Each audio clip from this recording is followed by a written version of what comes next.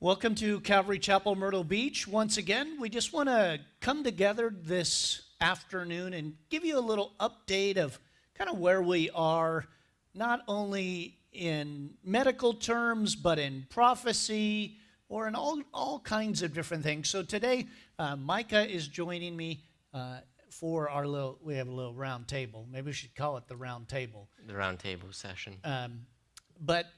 So Micah, tell me how you started. I mean, you're younger, you're 16. How did you get excited or curious about what's going on in our world today with COVID and all these requirements, draconian things that happen from the government? So for me, last summer I attended Patrick Henry University for a summer camp. So I'm not going to get into the nature of the summer camp. They have a bunch of them on law and history. That kind of got me wanting to do something, but I didn't do anything from it yet. So recently, due to the coronavirus, I've been listening to the Charlie Kirk show, some other conservative news outlets, just doing my own research and reading, and as well listening to Pastor Rob McCoy of Calvary Chapel Godspeak. He's been doing nightly podcasts on YouTube, so I started watching and listening, and that kind of just got me interested because I wanted to do something as well.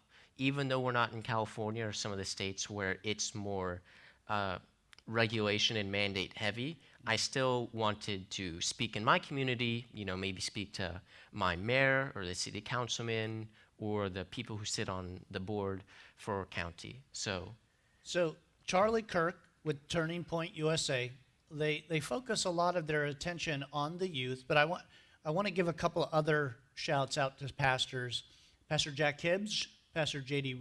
Farag, who's in Hawaii, as well as Jan Markell and all of these wonderful pastors and teachers that we have here on our website, on our radio station. We do have on our website, but on our radio station, WXMB. So we listen to these, and oftentimes as we're going up to our youth camp that we're building up in Chesney, South Carolina, we're able to listen to these very long podcasts and video, and we're getting a lot of information. And I just wanted to thank God for these men and women that are standing up today, that are they're the tip of the spear of what the government is wanting to shut down and messages, and they've pulled them off of YouTube. And so that's given you, as well as myself, but given us the ability to listen to the other side of the voices that are being put down because they don't go along with what the government says, right? yes. So Turning Point, for those of you who don't know, Charlie Kirk and Turning Point USA encourage you to go them if you're a young adult and get active in politics. They love the Lord, and they want to see this country free once again. Yes. I would recommend Turning Point USA. You have to be at least 18 to do any work with them. They're specifically targeting colleges, but they also do a broader spectrum of work. So if you're a college-age young adult, I would recommend Turning Point USA. If you're younger, like my age, I can't do anything with them yet. I would recommend Generation Joshua. Very good. Every election cycle, they send teams out. They knock on doors, they host events, they just try and get people to vote for candidates that support Christian conservative values and morals. So I would recommend both of those organizations to you. Right. So what would you say to those people who say, well, Micah, we really don't have any business in the church meddling in politics? So I would have a lot to say to them, but I don't always have the time nor the patience. See, so as the church, with the form of government we have, which is a democratic republic, capitalism is our chosen way of market. So with that type of government, it doesn't function well without Christians. And what I mean with that, you can look at any government in the history of the world. So you can take Great Britain as an example. Britain had a king and a parliament. But when the church was removed from the government, we started to see how controlling, how they dominated people's lives, and what that did. So when you take Christianity, and we don't have Christian politicians or politicians who support Christian morals, the government doesn't function. And our particular type of government does not function well without the church, as we have seen in recent years. That's a wonderful point, because one of our founding fathers, I think it was John Adams, it really doesn't matter, but it was a founding father, said that this form of government, this republic form of government, doesn't work unless you have a moral people. Well, where do you get that morality from? The founding fathers knew it was from the Bible. Yes, which, when we're not going to discuss it today, but a lot of the values in the Constitution, the other important documents that we have in our country have values from Christianity. In fact, they used the Ten Commandments, they used a bunch of other legal documents that Christians have used for centuries, because, as we know as Christians, it's been proven to work because it's God ordained. So they used that and they instilled it into our country. So if you take those morals out, you start to see what our country looks like today, a country that is wanting to kick the church out. And what's important is that people your age know that there's a different voice other than what they get from not only social media, but also the government school system.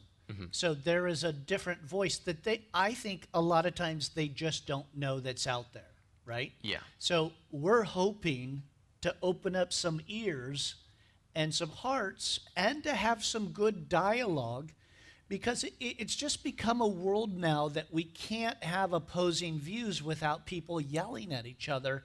And we see these videos that come out, and it's like, come on, we should be able to have a discussion without somebody freaking out, Yes. right? Yeah.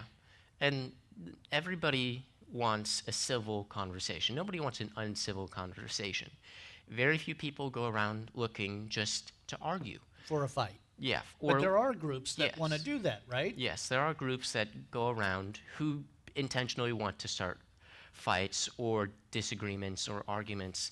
But it's good to have civil conversations, because then you see both sides of, you see the conservative point, or you see the liberal point, or, whatever you're debating. But you see both points, or both sides, and the sides with more facts and evidence will become apparent. And that's, if you're logically, Well, we would hope so.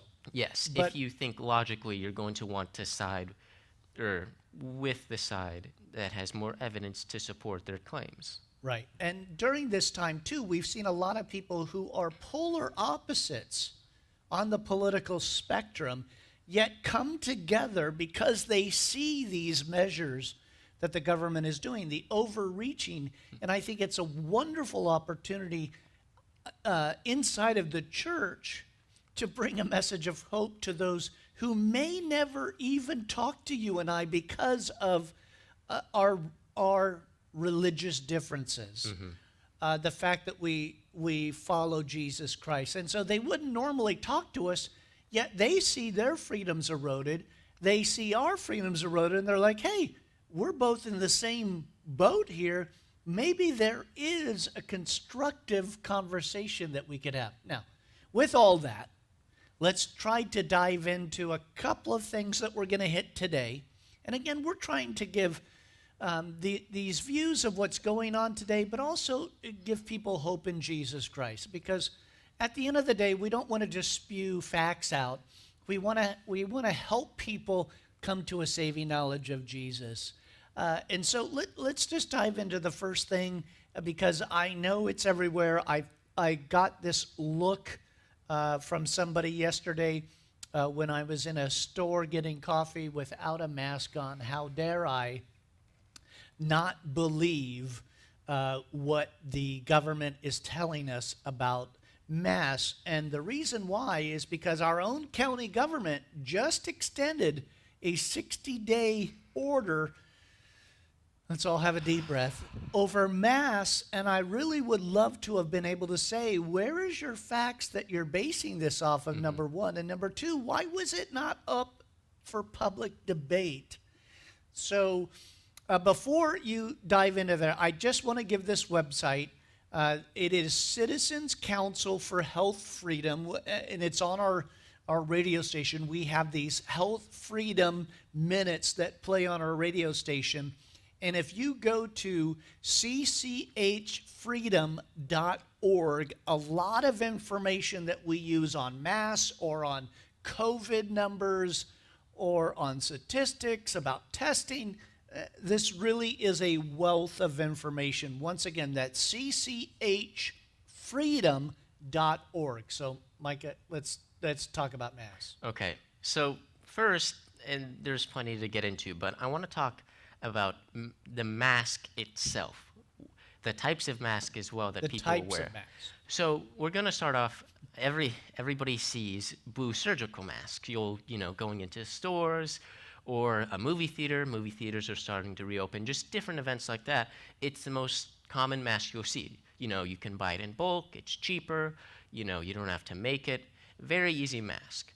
So surgical masks, as the name suggests, they're used during surgery in an operating room. So the reason why these masks are used is if I'm a surgeon and I'm making an incision into somebody, if I, for whatever reason, I cough or sneeze, my bodily fluids and my germs are not going into an open wound. The same reason that, if you have an open wound, you clean it and disinfect it. And two, in that open wound, bodily fluids from that person or bacteria can get sprayed outwards. So as a surgeon, I would not want that in my nose or in my mouth. So that is the reason why surgical masks are used. However, they are used in sterile environments and sterile. Not when you are outside where you have dust particles, you have smog, smoke, dirt. And all of these particles, what they will do is they will clog the mask up. And so instead of breathing through the mask or out or exhaling out, you will breathe in through the sides of the mask and you exhale out through the sides of the mask. So you're bypassing the mask as a whole. So the mask really doesn't do anything? No. Surgical masks are not intended for viruses. They're simply intended to keep your bodily fluids away from somebody who has an open wound, or the person with an open wound to keep their bodily fluids away from you. So you could say, well, don't when we sneeze or cough, doesn't that send our bodily fluids out? So is it wearing a mask good? Well, theoretically, yes. However, the virus itself, your average virus is about 5 nanometers to 30 nanometers in diameter. The largest viruses being about 500 nanometers in diameter. For those of you who don't know, because we don't use the metric system, that is extremely small. How small? God. I mean, because the virus is so small? Yeah. Is the virus smaller than the holes in the mask? Yes, the virus is small enough to go through the mask. So the mask does nothing? The mask does not do anything. You know what I heard the other day? Someone was making mention of the mask. They said, if you can smell smoke, the particles of smoke, then you know your mask isn't doing anything because the virus is smaller than that, to which we know that the WHO and the CDC, way before any of this ever happened, way before any lockdowns, any mask ordinance, we already know that they both have their independent data that said masks do not work with viruses. No, they do not. You would need one of those, what kind of mask we were talking about the other day, like So- that full-blown canister mask. Yes, those masks will protect you from viruses. But if it's such a big deal, why don't we have that? Why are they not recommending all of us have these big canister masks on? If they're so interested in us staying healthy. Well, so what masks do, and because you have to remember, it's what is going on is not just physical, it's psychological as well. A mask takes you for away saying that. your identity. So if you don't have an identity, you're just another name, but more importantly, another number. You can, think of George Orwell's 1984. Everybody's a number. You'd only use your names with somebody who you knew well, maybe your neighbor, your friend, or even somebody in your familiar unit, which is what they call it. They wouldn't call it a family. So you lose your identity, and there are some downsides of wearing masks as well, and we can get into that a little later. But very quickly, I just want to go over 2 types of masks real quick. So N95, some of you may know what these look like. They're essentially painter's masks with a little like knob or dial on it, which helps filter, and you can choose how you want the mask to filter particles out.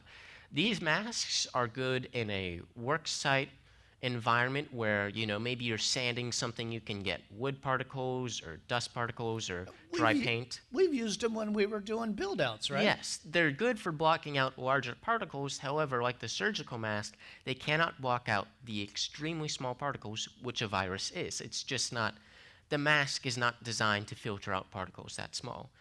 And finally, for those of you DIYers, or when you've had to use a t-shirt, or for those of you wearing bandanas or whatever it is, I mean, your t-shirt is not designed to filter out. This is not designed to filter out small particles. No. And in fact, the cloth masks, which are like cotton masks that we see a lot of people, are the worst masks to have. Yes. Because they have bigger holes. Yes.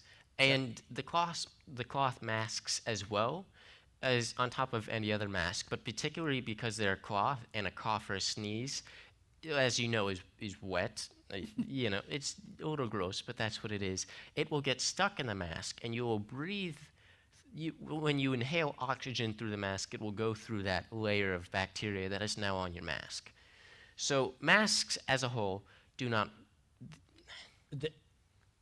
They are limited, and just remember, the WHO and the CDC long ago said they're ineffective. Yes. This is not us coming up with something and saying, "Oh, don't wear a mask."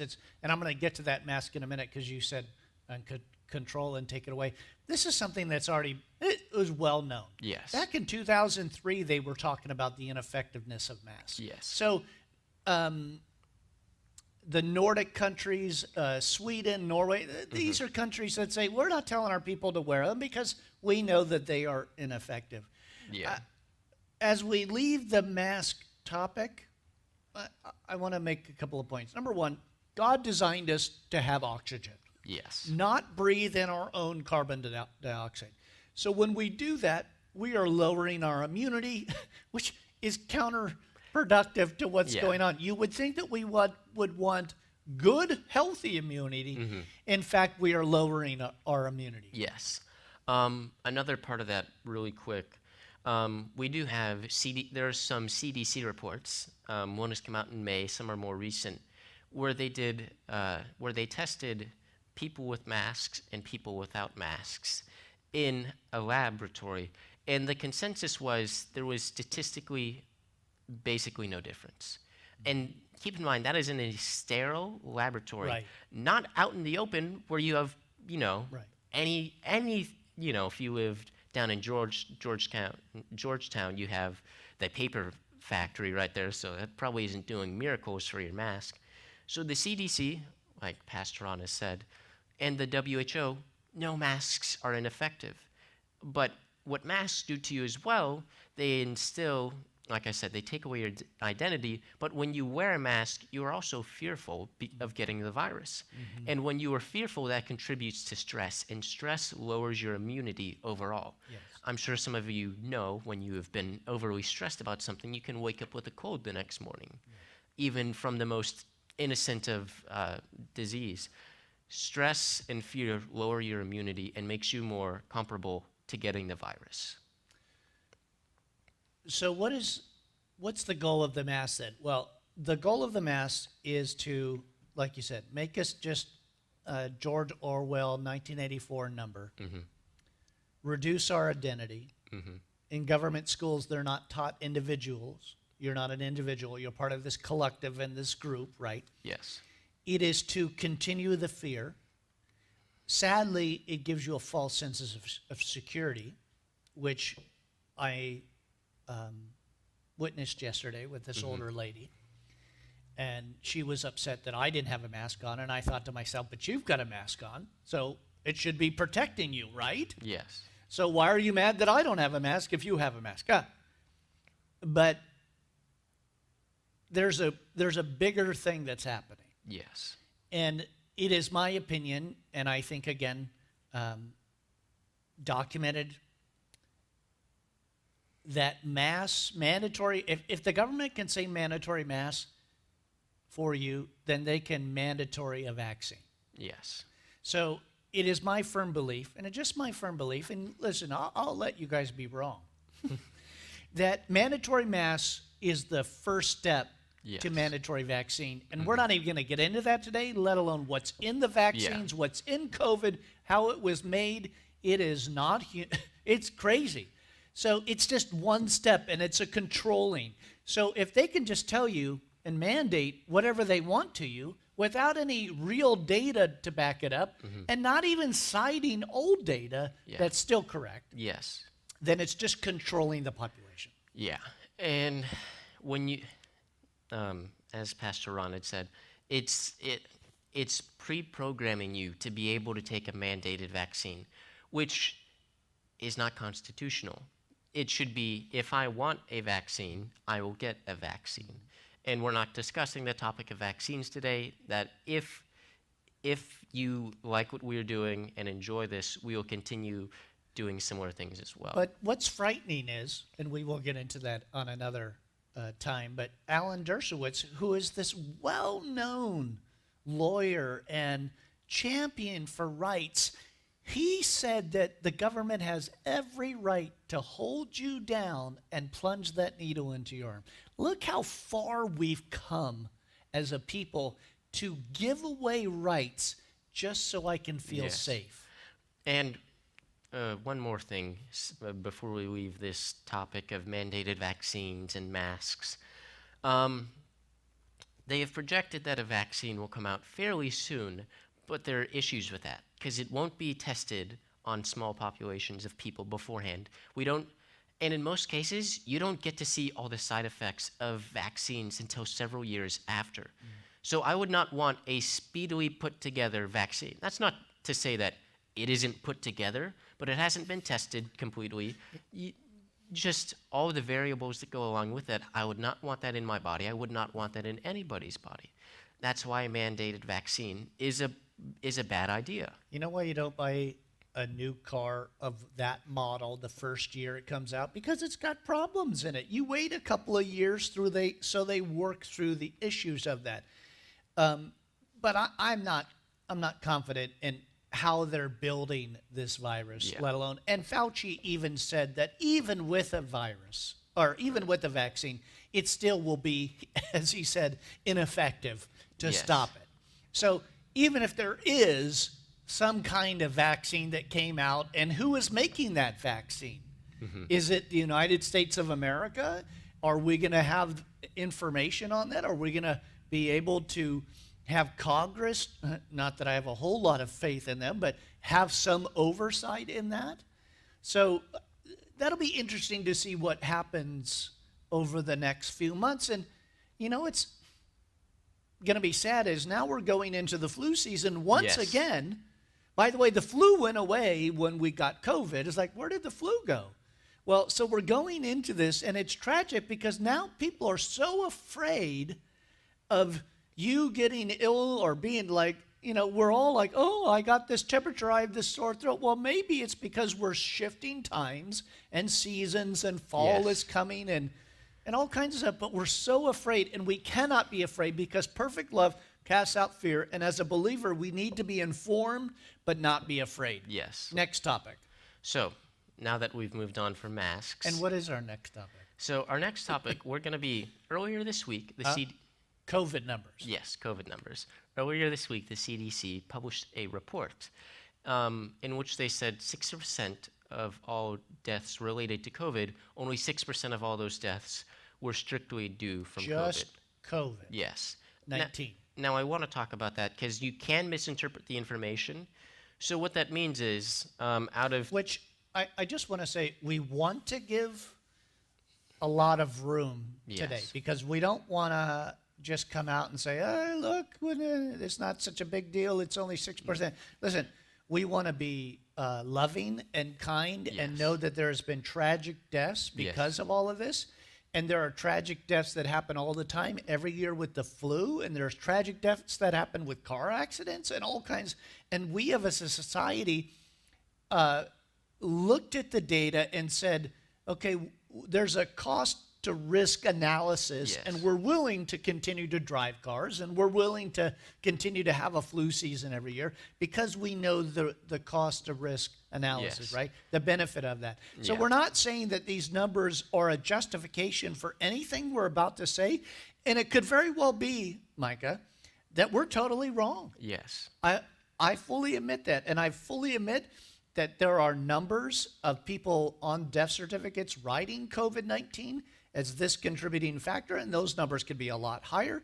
I think it's interesting that the CDC said 6%. Our own state of South Carolina said 15% Yes. of comorbidity. Yeah. So you'll have to address all of that. So, like Pastor Ron had said, we're not belittling the deaths of people, or because as it stands right now, as it was last updated on September 2nd, there's been 170,000 deaths related to coronavirus or SARS-CoV-2, as the scientific Or that have been reported Yes. as. Yes. And we'll talk about that in just a second. So we're not saying that it isn't tragic or it isn't sad. If one of my relatives or a friend who I knew died directly because of COVID or related to it, I would be sad as well. So we're not belittling people's And we would be pain. sad if somebody died of the flu. Yes, or anything. But what we want to talk about is the people who have greater risk of getting it and what would happen to them if they get it. And is that a justification of what we have done with our society? And So normally during a pandemic or something, who normally, in a normal situation, would get quarantined normally? so the people who would be quarantined obviously would be the sick. You can look at any plague throughout history, and it would be people who are sick or quarantined, as well as people who are at higher risk, which we know is people about age 55 and up are at the highest risk, or people. Wait a minute, I'm getting close to 55 there. I got a little bit to go, but I think you'll be fine. If not, we'll have a nice insurance payout. So wow. I don't want my father dead. Keep that in mind. I'm just saying, if something were to happen, I'd have a nicer house. So people who are sick or have higher chances or opportunity to be sick, normally that's the group we Yes. say, hey, stay at home. Yeah. But what did we do in this situation? In this situation, we quarantine the young, healthy people, as well as the people who are at risk, which has never been done before. When you have a virus or a pandemic, you quarantine the people who are sick, the people who are of elderly age, and the people who are in an at-risk category, people who have respiratory issues, respiratory diseases, circulatory diseases, anything wrong in the body, thyroid, These are at-risk yes. individuals. They have a higher chance of getting it, and if they get it, they have an even higher chance of God forbid, death, but just having a worse time with it than you or I would. So that's normally what happens. Yes. So now what we have is something unprecedented in man's history, which is a complete global shutdown, aside from a couple of countries. a few select countries. A few select countries and a few select states. North Dakota, I think it was, in South Dakota. I think it was North Dakota. Didn't shut down at all. So we have something unprecedented. We just Yeah. shut down the whole world. Yeah. Because what? Why? Normally we isolate those who are the most vulnerable, and rightfully so. Yes, we don't want anybody. We want to take care of them. We want them safe. That isn't, we're not quarantining these people because we want to live our lives without, any hiccups or bumps. No, we want these people safe. That's why they would normally be quarantined. So we've shut down the world. By the Yes. way, as I was coming into to church this morning, I was listening to a report on New York City. Mm-hmm. And New York, for all that it is, it's very cultural, Yeah. and they pride themselves on food. By the way, I've been there. I love the food, love their pizza and all of that. And they pride themselves on their food. And the report said today, 60%, Micah, of those restaurants will never come back. Yeah. In New York City. 60%. Now think about how many people that involves, because we decided to close and put everybody at home when we should have been putting what we normally put in quarantine or lockup or whatever you want to call it, Yeah. and isolate that group of people. So we've destroyed entire industries. We happen to live in Myrtle Beach, don't we? Yes. We're coming to you from Myrtle Beach, Yes. where we have a high tourism. I mean, this is the second largest tourist attraction on the East Coast. We have over 3,000 restaurants. I'm not sure we have that many restaurants anymore. So, and I'll talk about that in a moment, what it's done to our economy. But I want to, when we speak about it in a few moments, I want to speak more of what it's doing to people, you know, in regards to depression. Good. So let's get into Yeah. that first. So, for those of you who are unaware, domestic abuse is up about 40% in America. I think everything's up about 40%. Yes, everything is up as well. Depression is up, suicide is up. Like I said, domestic abuse is up. I just read that divorces are up Yeah. as well. I mean, I think it was 40 or 50%. So, Which, as we know, divorce is never good for an American family. If you look at what happens to the kids, it's not good. You need both parents in the household. The dad has a role, the mom has a role. And when you put them together, you know, it works well. That isn't to say single moms or single dads who have lost their spouse or their spouse has left them can't do the job, because they do. but that's the role of the church, by Yes, the way. the church is supposed to help out with that. And we do. We have a couple single moms in our church who we have helped for years. But you want to have both parents if So now we've possible. got higher rates of depression. We've got higher rates of suicide. Yeah. The amount of suicide rate is through the roof. And particularly the people of my generation, the younger generation, teenagers and young adults. Think about that. Why is that? Because now if you're 16, your whole world's gone. Yeah. Because now I can't go to college. I can't attend I high don't have school. a career. Yeah. And everything's being taken away from me. And if I don't have Christ in my life to anchor me and give me hope, what hope is there? Yeah, there's no hope for these kids, you know. For those of you who don't know, the schools and the church help report domestic abuse, depression. They help kids deal with suicide and, you know, just all these thoughts and inner demons that they have. So when a kid can't attend high school, you know, maybe he has his teacher there, or they have guidance counselors who help them. They can go to therapy. They can get what they need. But when you take that away, well, all these kids, they're not rooted in their routine that they have. They go to school every day. They come home. They do their homework. They meet with friends. All of that's gone. So, like Pastor Ron just said, if you don't have Christ in your life, well, you don't have hope. Everything you had is now gone. And the very thing that gives people hope, the church, you have to close. Yeah. So we can't, well, I'm saying the church as a whole Yes. there. We can't even help people cope through the pandemic because they told us to shut down Yeah. and to be locked down. So the very place to get hope is nowhere to be found. Yeah. So we are creating, and not we, but they are a perfect storm. Yeah. That's what it is. So before we get too far into this, which we will probably discuss it a little more, I want to talk about the CDC report that came out earlier this week, which is it's the focus of why we are speaking to you today. So as of September 2nd, when it was last updated, there are over 170,000 deaths due to COVID-19. 6% of those deaths, or about 10,200 roughly, are directly from the coronavirus.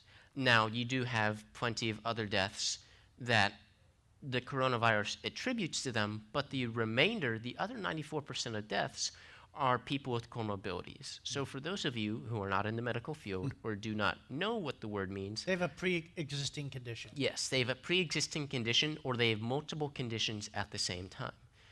So these comorbidities, and I can... Which we are not saying, that COVID does not play a role in that. Yes, of course. That's not what we're saying. No. So some of the comorbidities include issues with your circulatory system, obviously respiratory, your heart. Obesity. Yeah, obesity plays some role in it. Diabetes. Diabetes, like we've said, pre-existing conditions. Age. Yes, which I can get to in a moment, how age plays a huge role. But Well, we saw in the data that I think it was almost 80% of the deaths were over 60. yeah, so And that's here. a pretty high number. Yes, let me pull the numbers up. So for about And I've got the data for our county and our state, just so Yeah. you know. Thank you. So the deaths, so up until about age 54, it's about, which is you have, like 1 through 4, 5 through 14, those certain sets of numbers. Age 45 to 54 has 9,000 deaths, and then all the deaths prior to it, so like 20 to 25, those ranges, they all have significantly lower. So combined, ages 1 or under 1 to 54 is less than 20,000 deaths related to coronavirus. So more than 150,000 of the deaths are age 55 and above, and the people who have underlying health issues. But the people who have underlying health issues are predominantly in the 55 to about 90-year-old age Well, I think category. they said that at least the data that I looked at was 70 and above. That was really the guy. Yeah. If you're in that group, Yes. you need to really Yeah. protect yourself. Because ages 65 to 74 is about 36,000 deaths, and then 75 to 84 is 45, and then 85 years and over is 53. So we see that the higher end of the spectrum is the people who are more advanced in age. So, what can we extrapolate? That's a big word. I'll have to look that up later. From these COVID numbers. And again, I think there are some who are saying, look, it's not that big of a deal. Look at the low numbers. And that's true to a point. Yes. But what we're saying is that in our county, Horry County, and because we're a tourist destination, a lot of people, unlike the mayor and the governor of New York who said, oh, our people went down and they got COVID and then they brought it back to New York, that the opposite is the truth. They had a hot spot in New York or in Jersey or whatever the northern areas. Then you come down to Myrtle Beach or into Florida, and you're obviously bringing that down, and that made our numbers spike.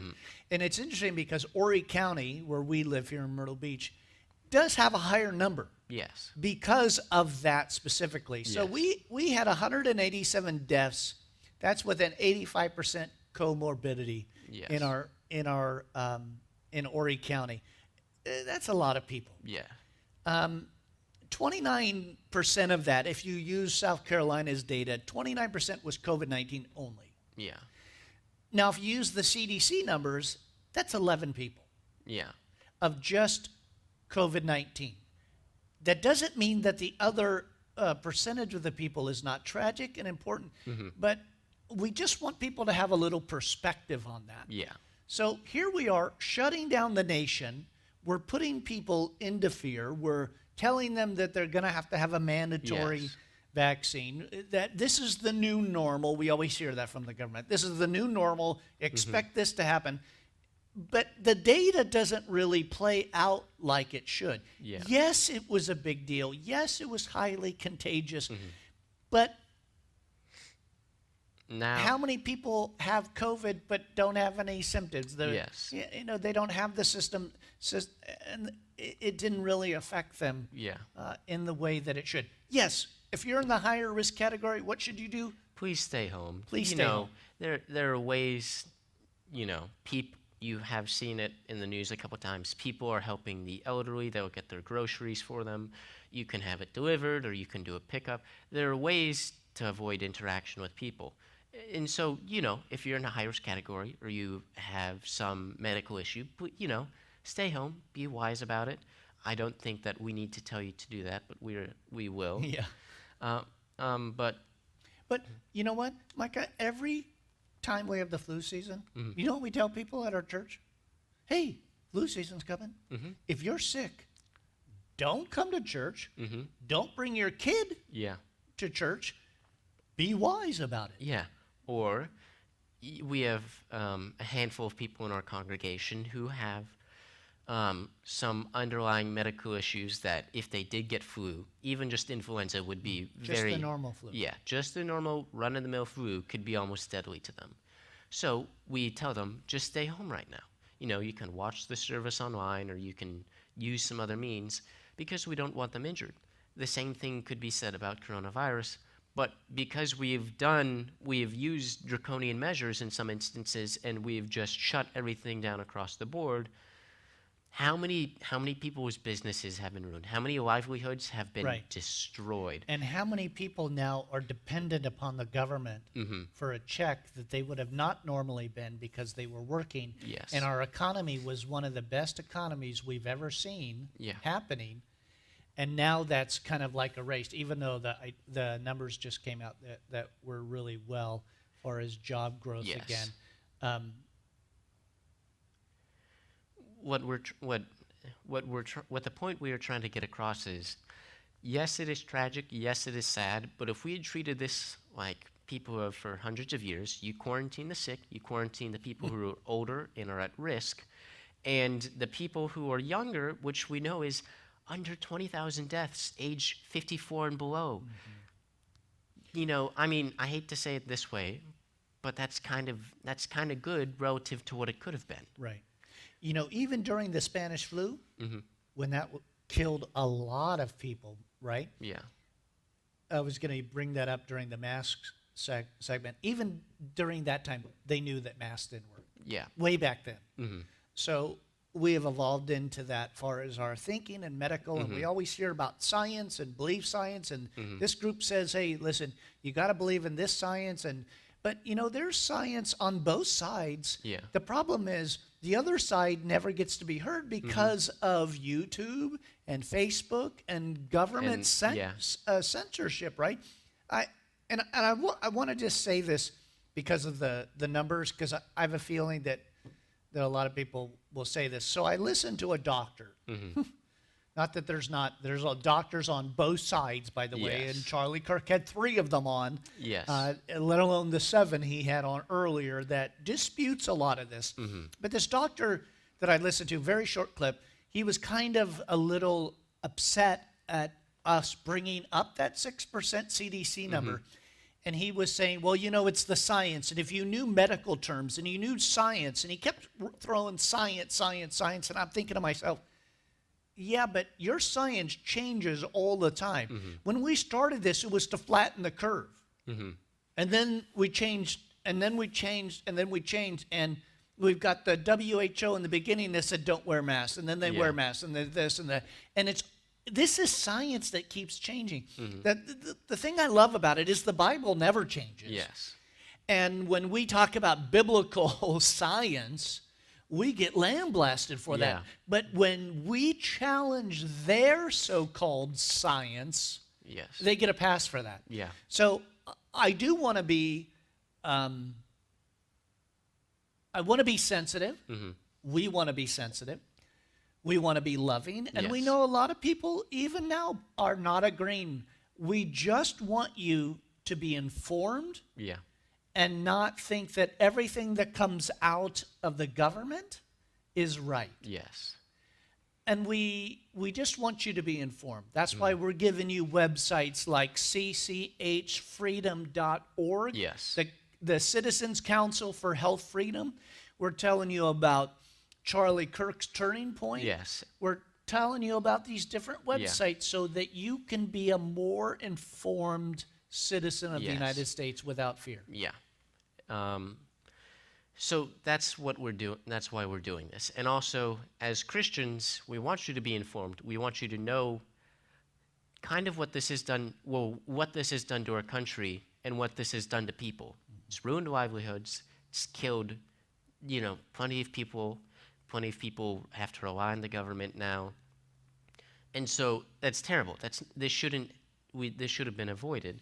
But also as Christians, we want to give you hope as the church. And for those of you who aren't believers, we want to give you hope. If you want to become a Christian, if you want the salvation that we have, knowing that if you die from coronavirus, where you are going you going to heaven or are you going to hell? And people dislike hearing hell, but they love heaven all the time. Like, they'll reference And everyone thinks they're going to heaven, yes, by the way. Yeah. Yeah. Not everybody's going to go to heaven. The people who go to heaven are the people who have repented of their sins, who accept Jesus Christ as their Lord and Savior. Because, you can be at your uncle's funeral or whoever's funeral it is, and they'll be saying, oh, we know he's in a better place now. Well, how do you know that? How do you know that? Was he an alcoholic? Did he abuse his family? Did he act like a saved Christian? It's like when someone dies, immediately they become super holy. Yeah, they're right? a saint. No. We want to give you hope in Christ and inform you as, with the medical ramifications, what this has done to our society, what this has done to our culture, and even to our economy as well. Like I said earlier, domestic abuse is up. What does it do to a person when you are trapped in your home with your abuser? Because for those of you who don't know, about half of the abuse that happens in our country is at the hands of a family member, a friend, a coworker, somebody you know semi-intimately or intimately. Yeah. So what happens when you trap them with that? That destroys the person. I believe it was the UN when they said that 1 in 3 women will be assaulted in some manner during their lifetime, and a good chance that it is because that it's a family member or a friend, somebody they know, an acquaintance. Yeah. So what happens when you trap them in that environment, or a kid who doesn't have high school, his friends to keep him rooted? Now he has depression, and now you have another suicide. And the people that we're told care about you the most is a certain political party. Yes. Are the ones that are doing this. Yes. I would like to leave with this because, of course, we could go on and on. Yes. We want to try to keep these short and then have another session. But there is an opportunity that they are seizing on.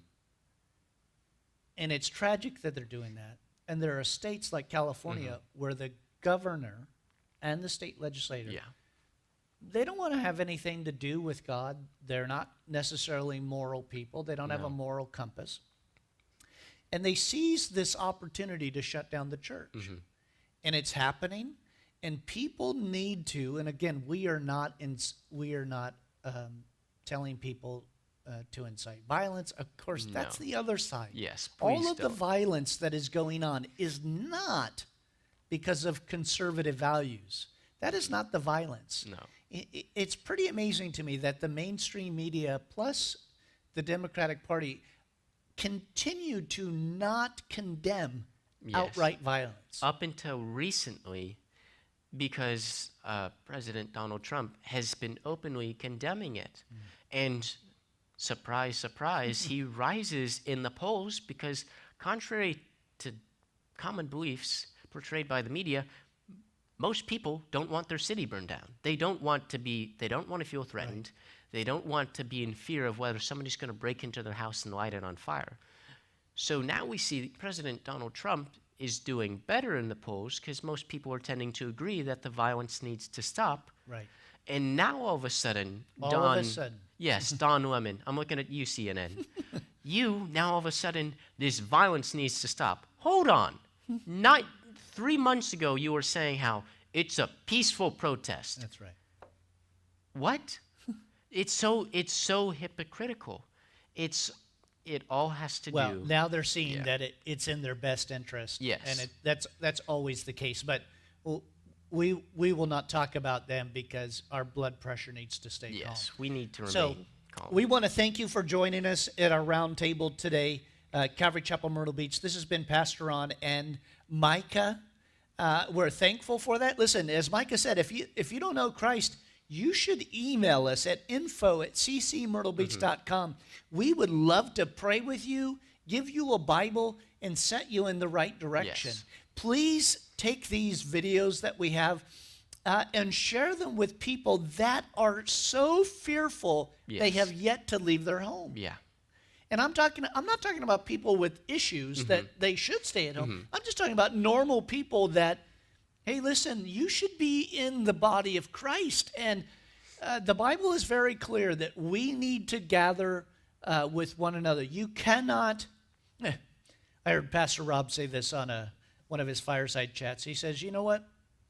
The government tells us that we should be okay with online church service. Well, you ever watch those fireplace videos, right? Yeah. Like, you get them on the video or on your computer screen. That's wonderful, but it doesn't produce warmth, does it? No, it doesn't. No. And that's what the body of Christ is about. It's about connecting with one another, and it's about investing your life in a human being. And literally, the tactile portion of the body of Christ is Yeah. to love on each other, to build each other up, and we can't do that at home. That's why God said, don't forsake the body of Christ. Yes. So we're going to end here in just a moment.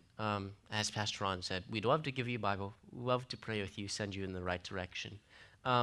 This is where I guess we're going to call it a roundtable chat or discussion, something like that. If you enjoy this, if you want us to do more of this or continue this, we can easily continue this, do it, I don't know whether it would be weekly or bi-weekly, whatever we would do, we would love to. We enjoyed this. It's always a lot of fun to research and actually see the information in the statistics.